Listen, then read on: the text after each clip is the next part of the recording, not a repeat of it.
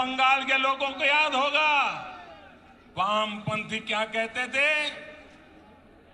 कांग्रेसेर कालो हाथ, कांग्रेसेर कालो हाथ भंगे दाओ गुड़िए दाओ।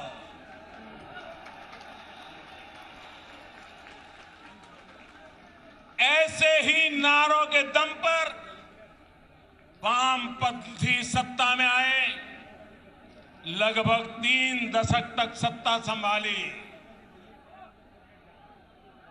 मैं जरा पूछना चाहता हूं, आज उस काले हाथ का क्या हुआ रे? ये काला हाथ कैसे गोरा हो गया रे? जिस हाथ को वामपंथी तब काला समझते थे, वो आज सफेद कैसे हो गया? जिस हाथ को तोड़ने की बात करते थे, आज उसी का आशीर्वाद लेकर वो चल रहे हैं।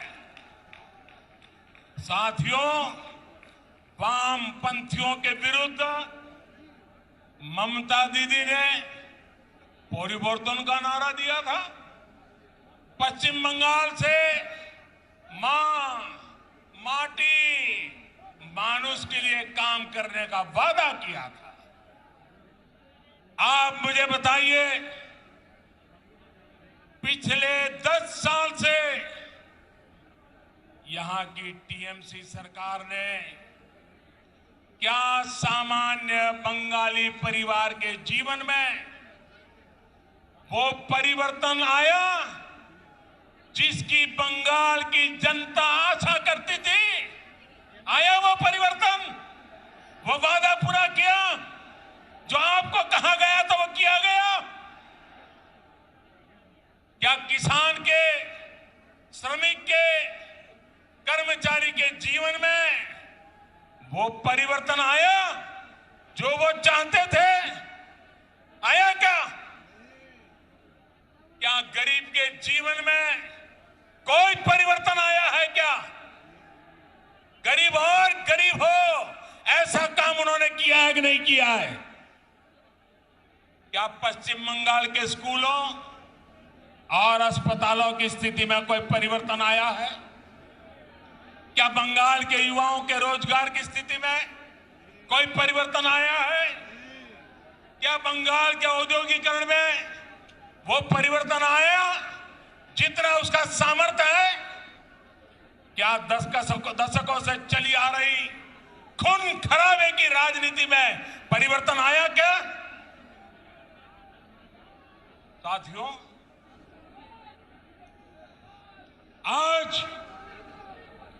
आज बंगाल में मां, माटी, मानुष की क्या स्थिति है, ये आप भली भांति जानते हैं। मां पर गली गली में हमले होते हैं, घर में घुसकर मां पे हमले होते हैं। अभी हाल में जो 80 साल की बूढ़ी मां के साथ हुआ है, जो निर्ममता दिखाई गई है, उसने इन लोगों का क्रूर चेहरा पूरे भारत को दिखा दिया है। बीते 10 साल में बंगाल की शायद ही कोई मां है, शायद ही कोई बेटी है जो किसी न किसी अत्याचार के कारण रोई नहीं है, कोई सवाल न उठा सके। इसलिए ये आंकड़े भी छिपा करके बैठ गए हैं।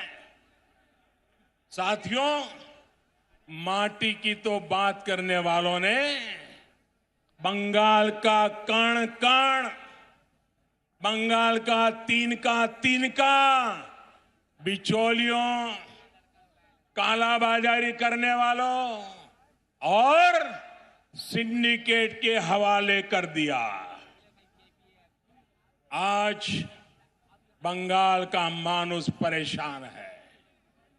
वो अपनी आंखों के सामने अपनों का खून बहता देखता है, वो अपनों को अपनी आंखों के सामने लूटते हुए देखता है, वो अपनों को इलाज के अभाव में दम तोड़ते देखता है, वो अवसरों के अभाव में अपनों को पलायन करते देख रहा है। और पूरा बंगाल अब एक स्वर में कह रहा है, एक स्वर में कह रहा है, आर नॉय अन्नॉय, आर नॉय अन्नॉय। ये टीएमसी सरकार के कम होते दिनों की उद्घोष है। ये उद्घोष पूरे देश को सुनाना जरूरी है। भाई और बहनों, आप मेरे साथ बोलेंगे, मेरे साथ बोलेंगे, मैं जो कहूंगा वो बोलेंगे, सबके सब लोग बोलेंगे, पूरा हिंदुस्तान सुने इस प्रकार से बोलेंगे, पक्का बोलेंगे। मैं आपके सामने कुछ शब्द बोलूंगा, उन शब्दों से टीएमसी सरकार की सच्चाई सामने आती है। मैं जो शब्द बोलूंगा उसके बाद आपको 2 बार बोलना है, पूरी ताकत से बोलना है। आपको बोलना होगा आर नॉय, आर नॉय। मैं जब बोलूंगा उसके बाद बोलना है, और इसके अंदर आपका गुस्सा, आपका आक्रोश, आपके दिल की आवाज निकलनी चाहिए, जो हिंदुस्तान के कोने कोने में पहुंचनी चाहिए। बोलेंगे, पक्का बोलेंगे। आपको आर नॉय बोलना है, ठीक है। भ्रष्टाचार, 2 बार बोलना है। भ्रष्टाचार, भ्रष्टाचार, तोलाबाजी, तोलाबाजी, कटमनी, कटमनी, सिंडिकेट, सिंडिकेट, बेरोजगारी, बेरोजगारी, हिंसा, हिंसा, आतंक, आतंक, तुष्टिकरण, तुष्टिकरण, अन्याय,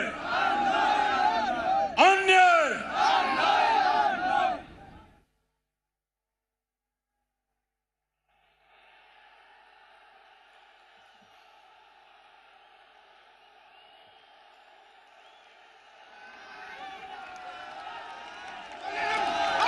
दीदी, सुन लिया दीदी, ये बंगाली की आवाज है, ये बंगाल की आवाज है दीदी। आज पश्चिम बंगाल के नौजवान, यहां के बेटे बेटियां आपसे एक ही सवाल पूछ रहे हैं, दीदी, बंगाल की जनता 10 साल के अनुभव के बाद आपको एक ही सवाल पूछ रही है। उन्होंने आपको दीदी की भूमिका में चुना था,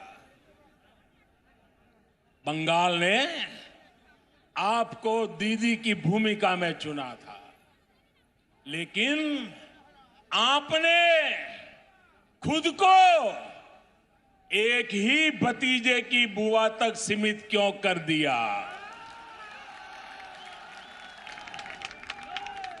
आपने एक ही भतीजे की बुआ होने के मोह को क्यों चुना? बंगाल के लाखों भतीजे भतीजियों की आशाओं के बजाय आप अपने भतीजे का लालच पूरा करने में क्यों लग गई?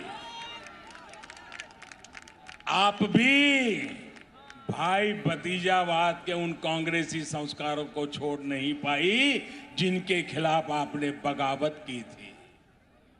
बहनों और भाइयों, मां माटी मानुष से विश्वासघात करने के बाद, इतना अन्याय करने के बाद अब इन लोगों ने एक नया नारा गढ़ा है।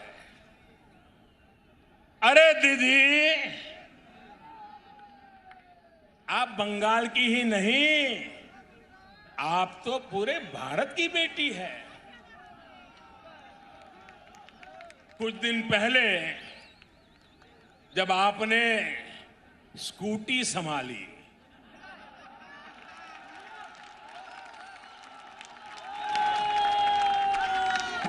तो सब लोग प्रार्थना करते थे आप सकुशल रहे, आपको चोट न लग जाए।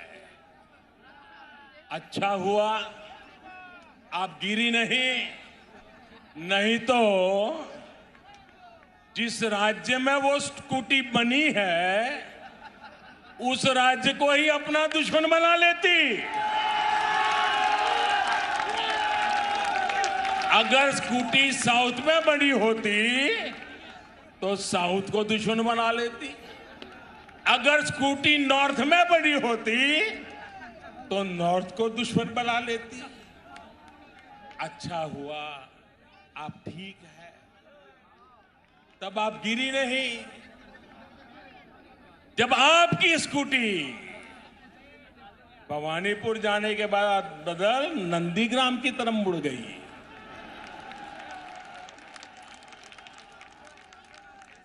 अब दीदी हम तो हर किसी का भला चाहते, हम नहीं चाहते किसी को चोट आए, लेकिन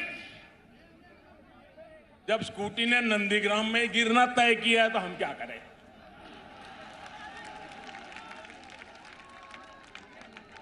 साथियों, ये संयोगी है कि अंतर्राष्ट्रीय महिला दिवस से एक दिन पहले मैं बंगाल की इस पवित्र धरती को प्रणाम करने आया। ये वो धरती जिसने मां शारदा देवी, मातंगिनी हाजरा, रानी रासमोनी, प्रीति लता वादेदार, सरदार देवी चौधरानी, कामिनी राय जैसी अनेक होनहार बेटियां भारत को दी। ये मेरा सौभाग्य है कि बीते 6 साल में केंद्र सरकार की हर योजना के केंद्र में हमारी बेटियां रही है, हमारी बहनें रही हैं, हमारी माताएं रही हैं। आज गरीब को अपना पक्का घर भी मालकिन के नाम से ही मिल रहा है।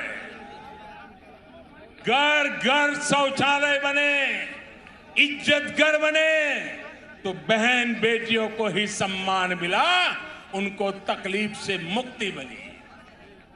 बंगाल में 4 करोड़ से ज्यादा जनधन खाते खोले गए, इसमें आधे से ज्यादा खाते महिलाओं के ही हैं। हमने जब मुद्रा लोन देकर नए अवसर दिए तो इसका भी लाभ लेने वाली 75% महिलाएं ही है। हमने देश की गरीब बहनों को गैस कनेक्शन दिया तो कोरोना महामारी के दौरान उनके वो बहुत काम आया। पश्चिम बंगाल की लाखों बहनों को कोरोना काल में मुफ्त गैस सिलेंडर दिए गए।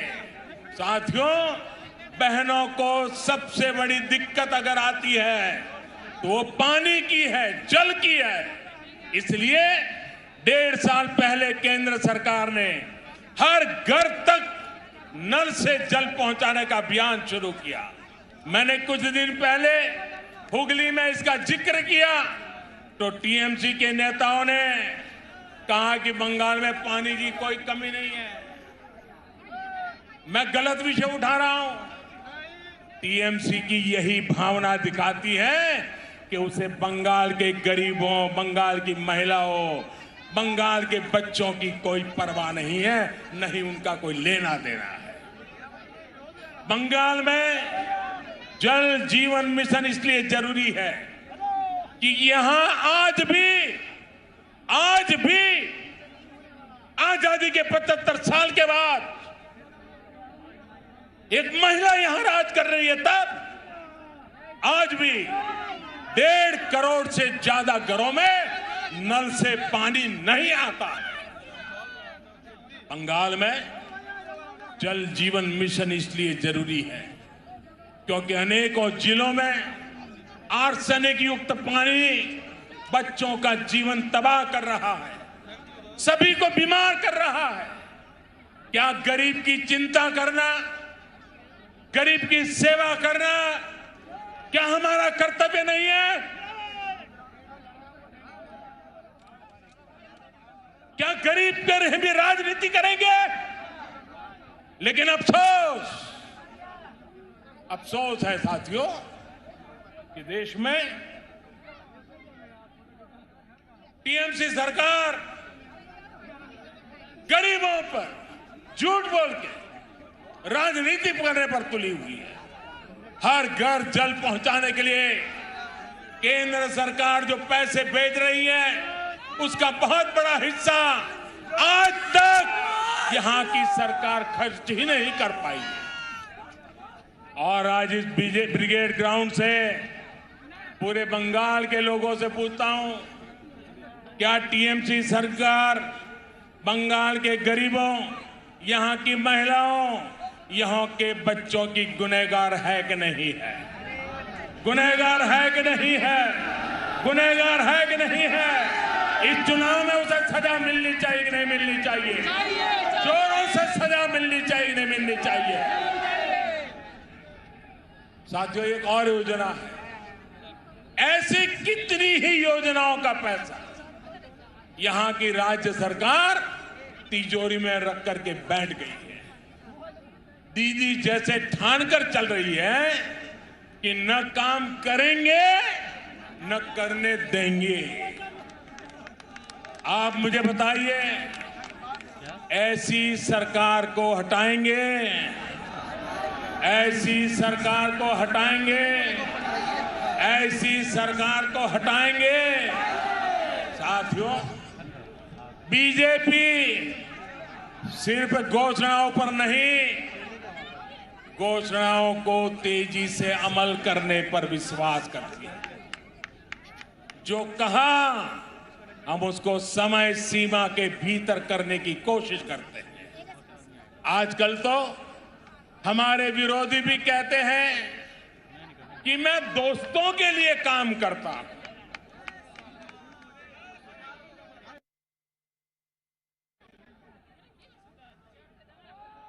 हमें कहा जाता है कि मोदी अपने दोस्तों के लिए काम करता है।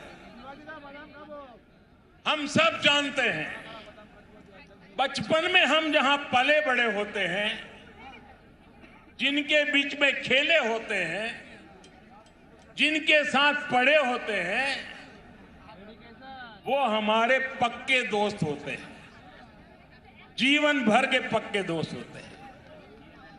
मैं भी गरीबी में पला बड़ा और इसलिए उनका दुख दर्द क्या है, चाहे वो हिंदुस्तान के किसी भी कोने में क्यों न हो, क्योंकि वो मेरे दोस्त हैं, मैं उसे भली भांति अनुभव कर सकता हूं। मुझे इसके लिए किताब नहीं पढ़नी पड़ती है, न कोई वीडियो देखना पड़ता है, न कोई तस्वीर देखनी पड़ती है, क्योंकि मैं इसे अनुभव करता हूं। और इसलिए मैं दोस्तों के लिए काम करता हूं और मैं दोस्तों के लिए ही काम करूंगा। भाइयों बहनों, मैं बंगाल के अपने दोस्तों के लिए काम कर रहा हूं। मैंने अपने दोस्तों को बंगाल में लगभग 90 लाख गैस कनेक्शन दिए हैं। मैंने अंधेरे में जी रहे अपने बंगाल के 7 लाख से अधिक दोस्तों को मुफ्त बिजली कनेक्शन दिया है। मैंने अपने दोस्तों के लिए बंगाल में 60 लाख से ज्यादा शौचालय इज्जत घर बनवाए हैं। मैंने अपने दोस्तों के लिए बंगाल में 32 लाख से अधिक पक्के घर स्वीकृत किए हैं। दलित हो, पिछड़े हो, पीड़ित हो, शोषित हो, वंचित हो, सभी दोस्तों को इन योजनाओं का लाभ मिला है। और साथियों, बंगाल के चाय वाले, यहां के टी गार्डन में काम करने वाले, ये हमारे भाई बहन तो मेरे विशेष दोस्त हैं, क्योंकि मेरा चाय से जरा अलग ही नाता है। मेरे ऐसे कामों से उनकी भी अनेक परेशानियां कम हो रही हैं। हमारी सरकार के प्रयासों से मेरे इन चाय वाले दोस्तों को सोशल सिक्योरिटी स्कीम का भी लाभ मिलना तय हुआ है। किसी बीमारी की स्थिति में काम रुकने पर या फिर गर्भावस्था के दौरान महिला कर्मचारियों को दिक्कत न हो, इस पर जोर दिया जा रहा है। इस साल के बजट में मेरे इन चाय वाले दोस्तों के लिए 1000 करोड़ रुपए की विशेष योजना का ऐलान भी किया है, क्योंकि यही मेरे दोस्त हैं। साथियों, कोरोना ने पूरी दुनिया में सबको परेशान किया, लेकिन मेरे गरीब ही दोस्त थे जो ज्यादा परेशान हुए।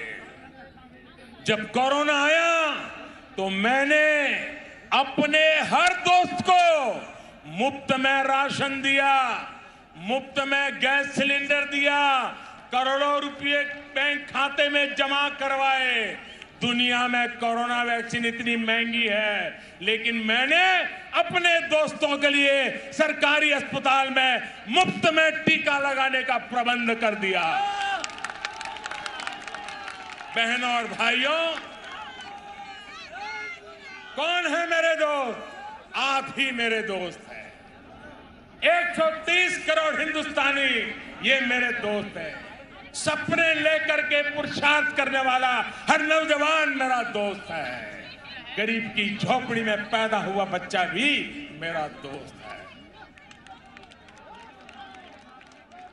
मेरे दोस्त जब दोस्ती का कर्ज निभाते हैं तो इन लोगों को जरा दिक्कत होने लगती है, उनको परेशानी हो रही है कि ये तो हमारे कब्जे में थे, ये कौन नया दोस्त आ गया। जब मोदी अपने इन करोड़ों दोस्तों की सेवा करता है तो गुस्से में ये इसमें भी रोड़े अटकाने का काम करता है। आज मैं इन लोगों को कह रहा हूं, कान खोल करके सुन लीजिए। मैं पश्चिम बंगाल के अपने इन दोस्तों के लिए ज्यादा से ज्यादा काम करना चाहता हूं।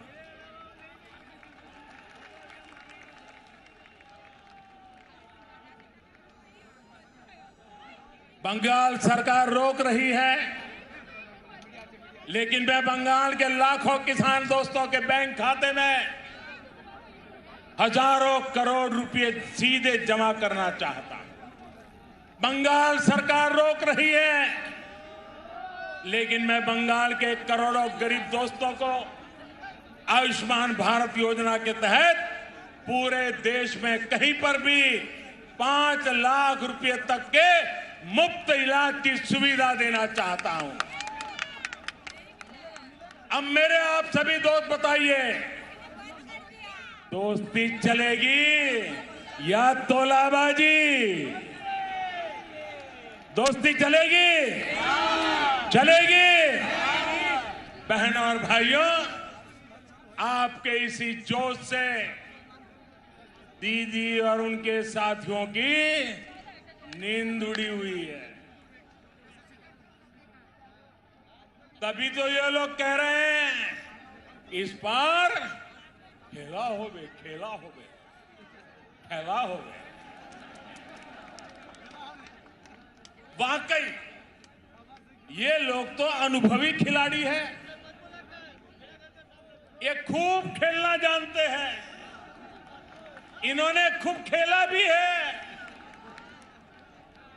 कौन से खेल बाकी छोड़ा है आपने? कितने ही घोटाले करके बंगाल के गरीबों को लूटा गया है, बंगाल की संपदा को लूटा गया है। आपने क्या बाकी छोड़ा है? यहां तो अम्फान पीड़ितों के लिए भेजी गई राहत भी लूट ली गई। टोलाबाजी, सिंडिकेट, कमीशन कट, आपने इन घोटाले किए हैं, इतने घोटाले किए हैं कि अपने आप में करप्शन ओलंपिक का खेल आयोजित हो जाए।